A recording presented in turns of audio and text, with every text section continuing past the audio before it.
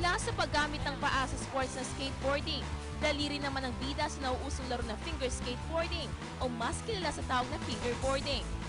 Dahil sa maliliit na skateboards ang gamit at tanging mga daliri ang sumasampa dito, di hamak na mas ligtas ang ngayon nauusong laro ng mga kabataan.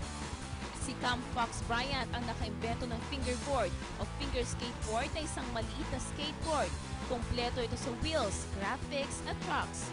May haba itong 96mm at may iba't pang sukat ng lapad. Dito sa lungsod ng Urdaneta, ang grupo ni Gian na Skate Sufinia and View Crew ang bida sa fingerboarding game. Madalas magtipon-tipon ang mga kabataang ito upang makapaglaro lang ng kanilang paboritong libangan. Ito yung gusto namin, parang gano'n. Ito yung gusto namin, ginagawa namin. Tapos natutulungan ko sila para magkaroon ng fingerboards.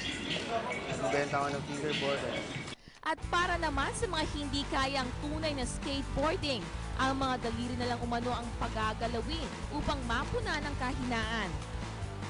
Dahil gusto ko talaga mag-skate noon, pero talagang hindi ko talaga kayang mag-skate. Parang dinivert ko lahat ng frustrations sa fingerboarding. So, kahit hindi ko kayang gawin sa paa ko, at least nagagawa ko siya sa fingers ko. Alam niyo ba na ang pinakaunang kagamitan na ginamit ng grupo ni Gian sa paglalaro ng fingerboarding ay isa lamang kahon ng tikoy.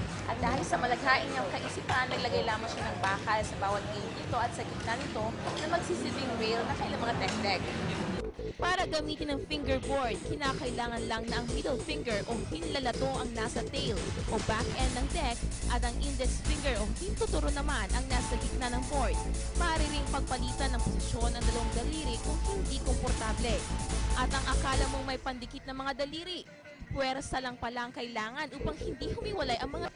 Isa pang sekreto upang magawa ang mga tricks sa fingerboarding.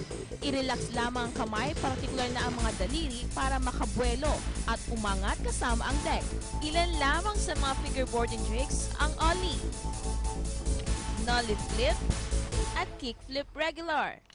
Hindi nalalayo sa mga tricks sa tunay na skateboarding game. May kamahalan rin ang fingerboarding game na ito dahil ang pinakamahal na tracks na tinatawag na white tracks nagkakahalaga ng 3,000 piso. Maging ang mga decks at foam face para sa ibabaw ng decks at ang tuning sa parteng gulong nito may kamahalan rin. Nakakaliw namang pagmasdan ng mga customized decks dahil sa iba't ibang style at disenyong umaayon sa personalidad ng fingerboarder. Walang bail. Walang sakit ng katawan. Pero para siya naman sila ng adrenaline. Yung sarap na nilalaro mo, wala rin pagkakaiba. Yung nagagawa mo kasi sa skateboard, kaya mo rin gawin sa fingerboard. Pas. Yung hindi mo nagagawa sa skateboard, sa fingerboard, sigurado kaya mong gawin. When I was young, nag-skateboard ako, pero now, hindi na. Fingerboarding na kasi. Kasi wala na ako time mag-skateboard. So, sa office, pwede ako mag-fingerboard sa desk ko. Sa pantry, pwede ako mag-fingerboard. So, I prefer fingerboarding. Maging ang mga batang ito, naabutan naming na humaling na rin sa larong fingerboarding, tulad na lamang ni Rafael.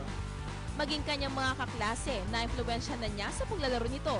Nakita ko lang po sa internet, kaya po yun, nag-post po ako dito sa mga kaklase ko, so, nag-ganito po kami. Spread the love of fingerboarding, parang gano'n. Kasi mas cool siya kaysa mag-computer, nakaharap ka maghapon sa ng mga bata ngayon, Dota, di ba? Dota, nakaharap lang sila maghapon, magdamag. Kaysa na yung mga kamay nila. Bumubuo at kumukumpleto sa kanilang pagkatao.